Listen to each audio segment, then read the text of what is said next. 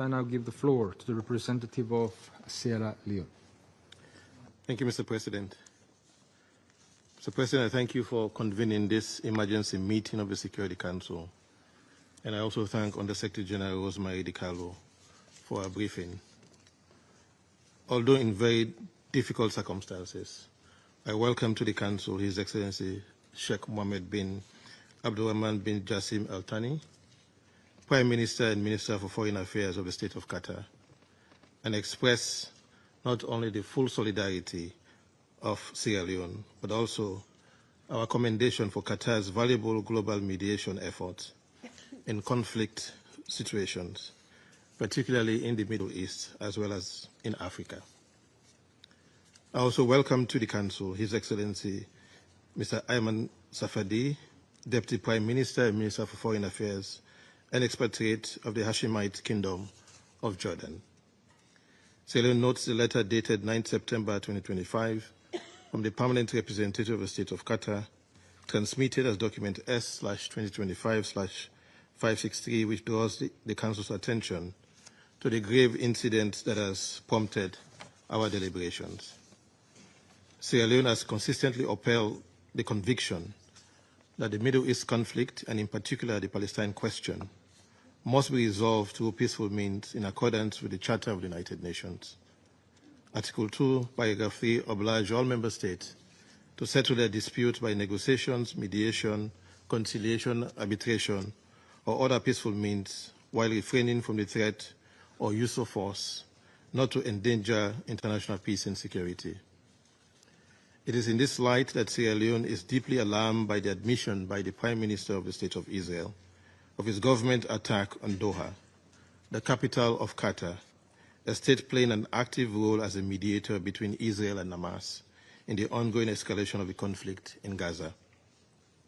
Qatar's facilitation of dialogue has been indispensable to sustaining fragile ceasefire arrangements and preventing further escalation in Gaza.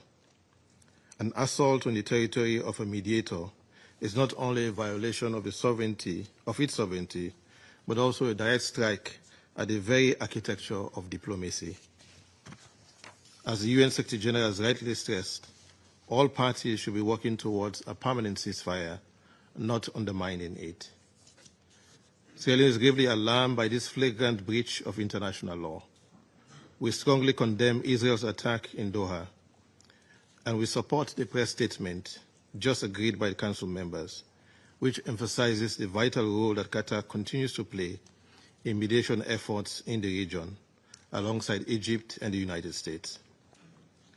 We take note of the communication from the Gulf Cooperation Council member states, which described the strike, and I quote, as serious threats to the security and safety of Qataris and residents. Such actions constitute a grave breach of Article 2.4 of the Charter, which prohibits the threat or use of force against the territorial integrity or political independence of any state. Sovereignty and territorial integrity are cornerstones of our collective security system.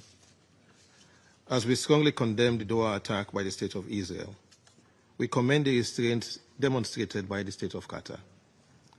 Sierra Leone calls for the continuation of the exercise of maximum restraint, the peaceful resolution of dispute, and full respect for the sovereignty and territorial integrity of the State of Qatar, in compliance with international law, the Charter of the United Nations, and provisions of relevant Security Council resolutions.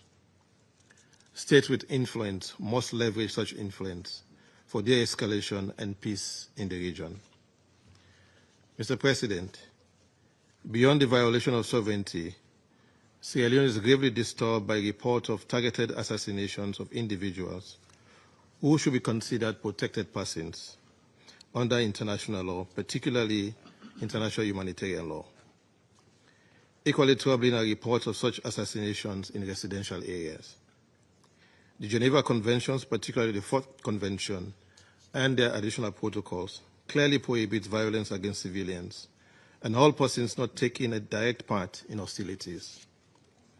The Geneva Conventions explicitly forbid violence to life and person, in particular murder of all kinds, against those not taking active part in hostilities.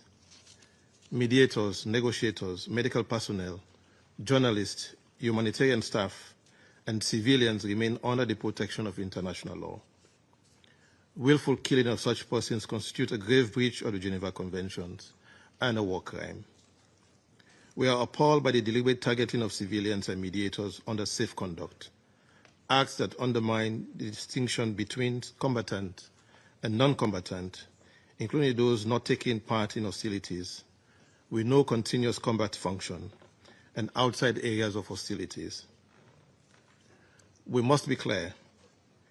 International law does not recognize revenge. International law recognizes only lawful self-defense on the use of force against imminent unlawful attack or collective action authorized by the Security Council. Acts motivated by revenge, retaliation are illegal. No justification can excuse deliberate attacks on those who are not engaged in active combat functions. Colleagues, this development points to a larger challenge confronting the international community: the persistence of impunity in the face of serious violation of the UN Charter and international law. When such acts are met with silence or selective responses, perpetrators are emboldened to continue, eroding the credibility and weakening the rules-based international legal order. For the Council, failure to respond risks reducing this body to a bystander in the very crises it is mandated to address, and would amount to a referendum on the system we've built. Sierra Leone therefore urges this Council to affirm unequivocally the inviolability of the sovereignty and territorial integrity of Qatar and all member states to ensure that unlawful assassinations of protected persons are thoroughly investigated, to hold perpetrators accountable under international law, and to redouble efforts to bring the current conflict to an end through genuine good faith negotiations leading to a just and lasting peace.